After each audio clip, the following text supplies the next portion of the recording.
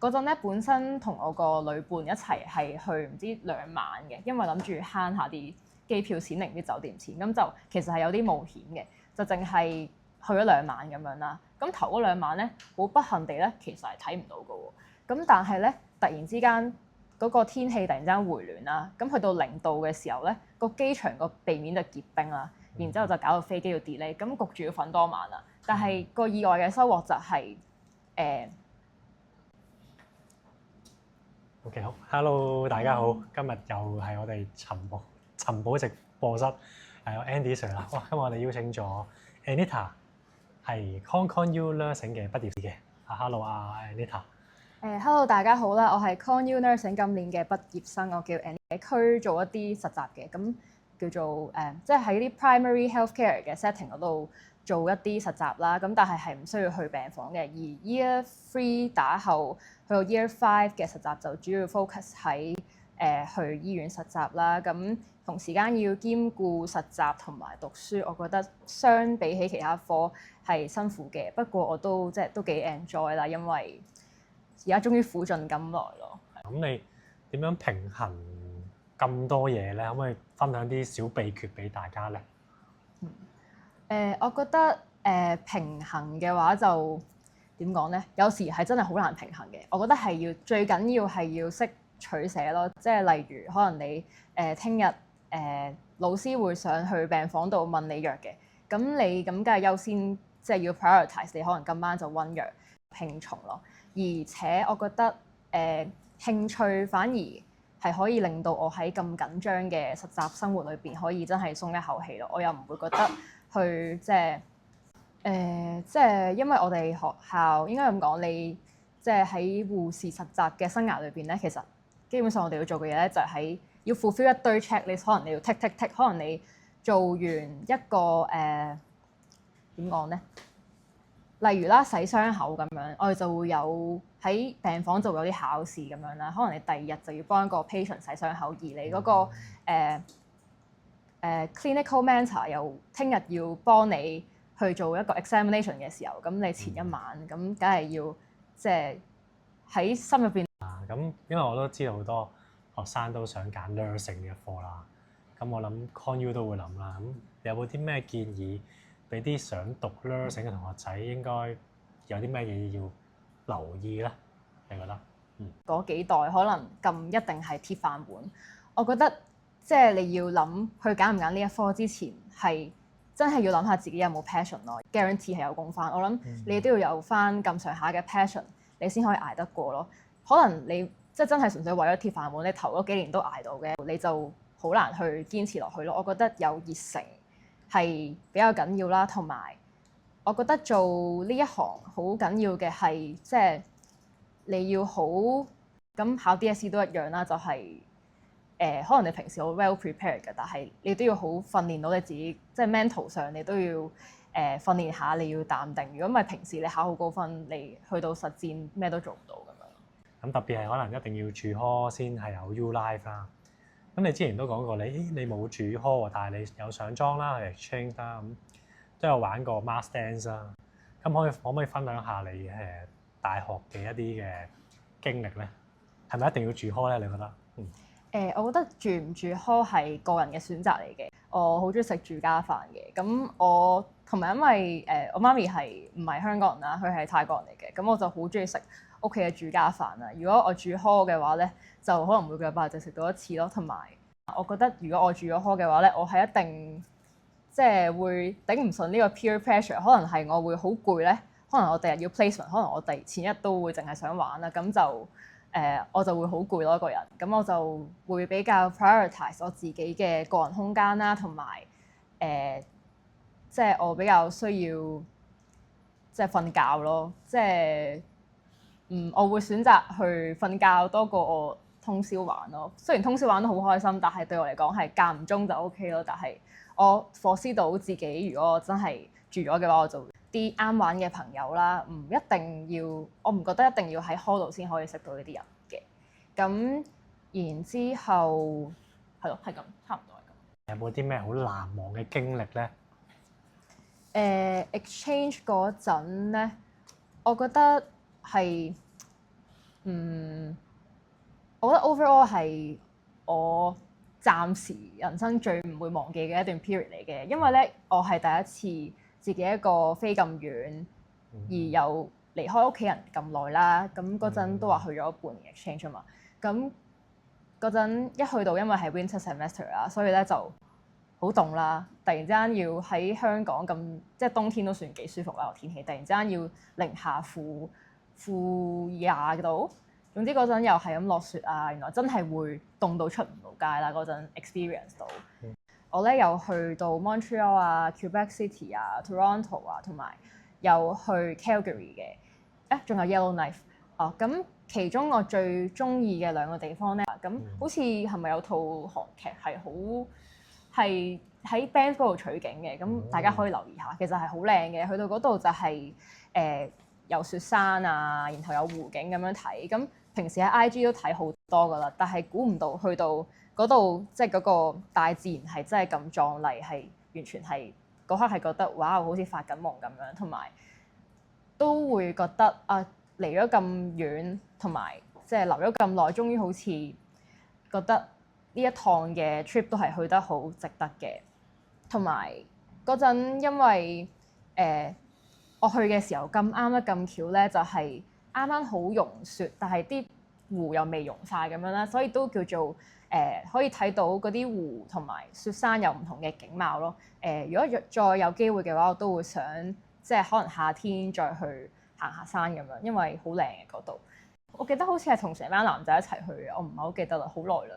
咁嗰陣咧，好記得有個男仔就好，佢都幾 adventurous 嘅。嗰陣咧，佢唔知着拖鞋，但係我哋係行緊去一啲湖面上面啦。咁我哋就唔知個湖面融未㗎。總之佢就係踩住個拖鞋喺度行啦，踩住嚿木咁樣，佢係爭啲跣低啦，幾搞笑。係咁睇下先 ，road trip 去咗睇極光嘅，係好靚嘅。我都估唔到自己人生第一次睇極光就睇到，不過又係有少少峰迴路轉嘅。嗰陣咧，本身同我個女伴一齊係去唔知2晚嘅，因為諗住慳下啲機票錢定啲酒店錢，咁就其實係有啲冒險嘅，就淨係去咗2晚咁樣啦。咁頭嗰2晚咧，好不幸地咧，其實係睇唔到嘅喎。咁但係咧，突然之間嗰個天氣突然之間回暖啦，咁去到0度嘅時候咧，個機場個地面就結冰啦，然之後就搞到飛機要 delay，咁焗住要瞓多晚啦。但係個意外嘅收穫就係意外嘅收穫就我哋留多咗1晚，嗰1晚就真係睇到極光啦，咁所以係覺得好幸運咯。辛酸事啦，咁有冇啲即係 nurse 嘅實習？你覺得有冇啲比較地獄級別嘅一啲辛苦係可以同大家分享下嘅咧？都有嘅。我覺得首先第一樣嘢就係嗰個，即係啱啱都有講啦，就係你個生理時鐘係會有少少亂咗嘅，即係難免都一定會有少少亂咗嘅。但係就係睇你點樣調節。就例如啦，即係第一日就如果翻晏晝間嘅話，你係可能翻1點咁樣，然後9點半放工啦。咁然之後9點半放工，你翻到去唞下，第二朝可能就翻早7點要翻到，咁即係你可能5、6點要起身啦。咁呢一下即係嗰個追更都辛苦嘅，我覺得。同埋可能如果你第一日翻晏噶嘛，咁可能你翻晏嘅前一晚你又會夜瞓咗啦。咁但係突然之間你完咗個晏晝更，翻到去就要即刻沖涼瞓覺，然後第二朝可能5、6點要起身，我覺得係辛苦嘅。同埋因為我自己我唔算係一個好容易就可以瞓到覺嘅人，即係我係精力比較旺盛嘅。咁我有時可能係 in between，可能 P 同 A 中間我都要可能喐下，即係可能拉下筋啊，做少少 workout 先瞓到覺咯。因為始終你前一日咁晏，即係相對晏起身噶嘛，但係你又要即刻翻去瞓 prepare for 第二日嘅 A shift 咁樣。咁然之後除咗呢個追更嘅嗰個辛苦之外咧，啲 mentor 或者姑娘，即係病房嘅姑娘會好逼迫你，你要好快。但係啱啱第一次做，咁大家都會冇咁容易上手，可能慢咗就好自然會俾人鬧咁樣啦。咁雖然係你可能係俾錢嘅，我俾錢上堂，俾錢實習，但係有時候都係會要受氣嘅。不過而家去完晒所有嘢，我就會覺得其實老實講啦，人哋肯鬧你都係因為人哋真係想你進步咯。如果唔係，其實唔需要落咁多心力，即係去鬧你咯。即係我覺得 senior 去，即係佢哋係有佢哋嘅着緊嘅嗰個位咯，因為佢哋都會好緊張，可能 patient safety 啊咁樣，所以難免都會可能有時語氣重咗。因為我自己反而覺得我係實習員，自己係對即係做護士更加有 passion 啦，因為我喺嗰度可以見到即係啲病人係真係會。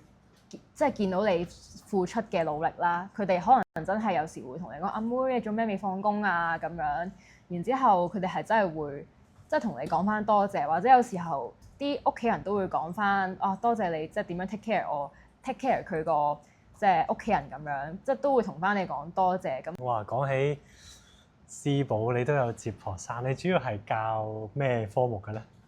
我主要係教數學啦。Econ 同埋 Chem 嘅。OK。咁我哋知道有時即係咁，你都有做過私補啦。咁你覺得即係以過來人或者以導師嘅身份啦，你覺得即係應該學生應該點樣揀佢嘅補習老師咧？首先我覺得即係私補呢樣嘢係真係人夾人啦，即係可能我同埋學生 A 夾得嚟，都唔等於我同學生 B 夾得嚟。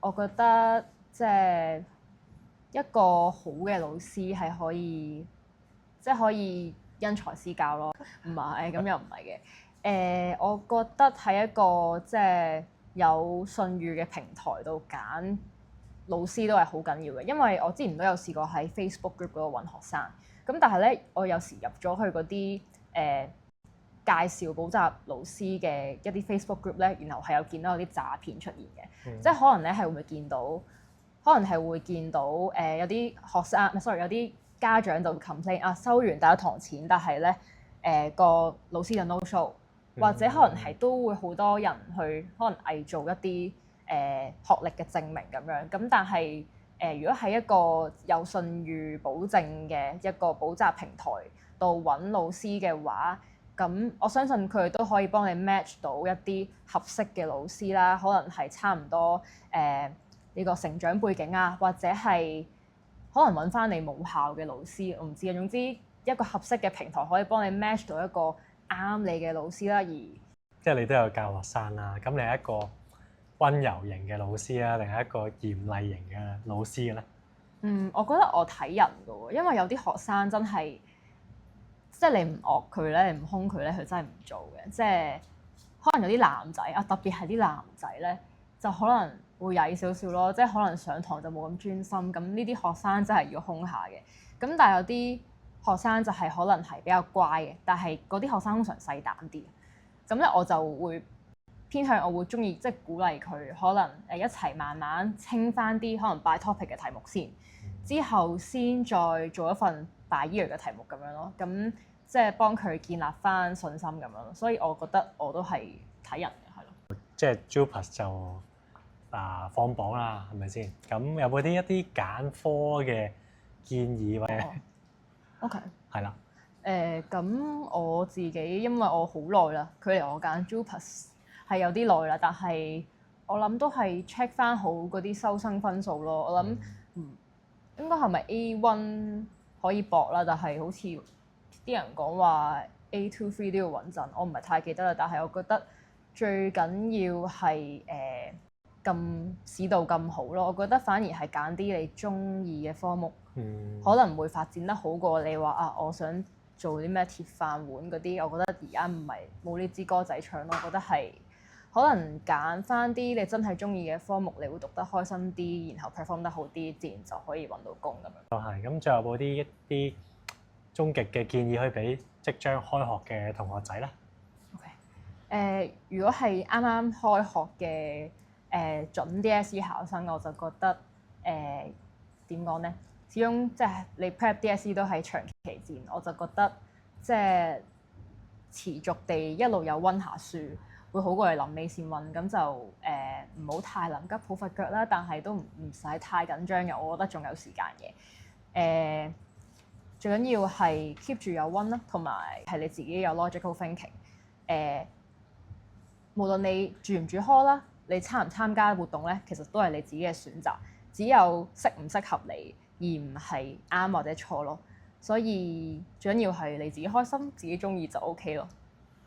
OK，即係我諗好哇！咁今日好多謝阿 Anita 啦，咁同我哋分享咗佢喺大學嘅時候嘅一啲讀 nursing 嘅實習嘅經歷啦，亦都講咗佢喺 ConU 一啲 exchange 同埋一啲去咗一個加拿大一個咁靚嘅地方啦，去再睇到極光添，呢個我都好想再睇一次真係。OK。你喺邊度睇？